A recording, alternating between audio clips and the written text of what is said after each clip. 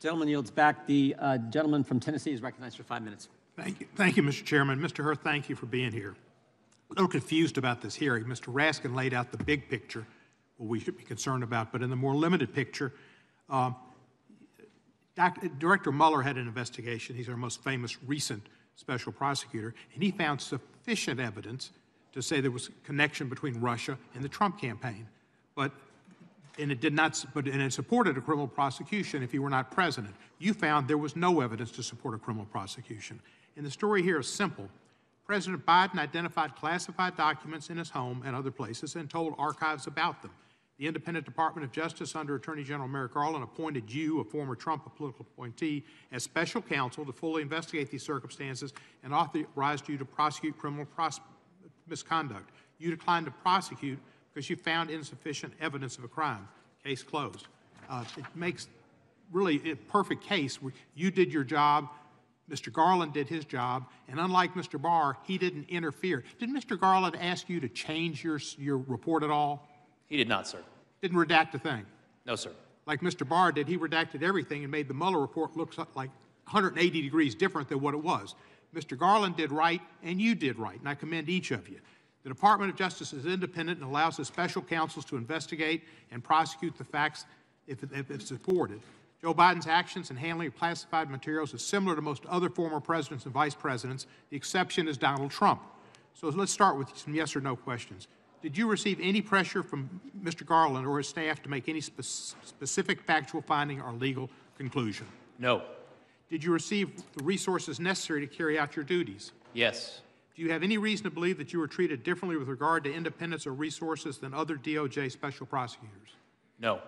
Based on your experience as special counsel, do you have any reason to believe the Attorney General was improperly directing, pressuring, or interfering with Jack Smith or his work?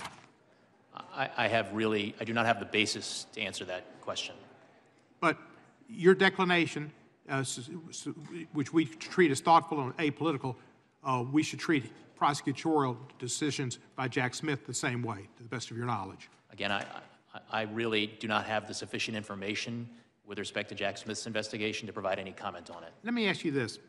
If President Biden, in his testimony to you, knew the exact date, January 20, whatever it was, 2009, when he became vice president, and the day when he left being vice president, January the 20th, I guess the first would have been January 20th again, 2009, and then January 20 in 2017. If he knew those dates exactly right, and if he knew the exact date and the instant that Beau Biden died, would that have changed your decision to bring a prosecution? Sir, I cannot engage in hypotheticals about what my decision would have been with different facts. What I did was to make a decision based on the facts and the circumstances that I was presented with, and we did identify during our investigation. But it appears to me, and I think it would appear to the American public, that these minor discrepancies, as far as dates and after a long period of time, was not the basis. It was not the basis for your decision to decline to prosecute. It was the fact that you didn't have the facts, that he acted differently than Trump, that he voluntarily provided the documents, that he complied with the Justice Department, that he didn't try to obstruct justice. Those were the reasons you didn't prosecute him, not because he missed a few dates. Congressman, my reasons for my declination decision are set out in my report, and I stand by the words in the report, sir. Well, thank you. And I think I'm encompassing them in my what I'm saying to you is that there was not anything to do with his memory why he wasn't chosen to be, you chose not to indict him. It was the difference in the facts in the case and how he dealt with it. The fact is, Mr. Biden sat through 5 hours, and he did an admirable job.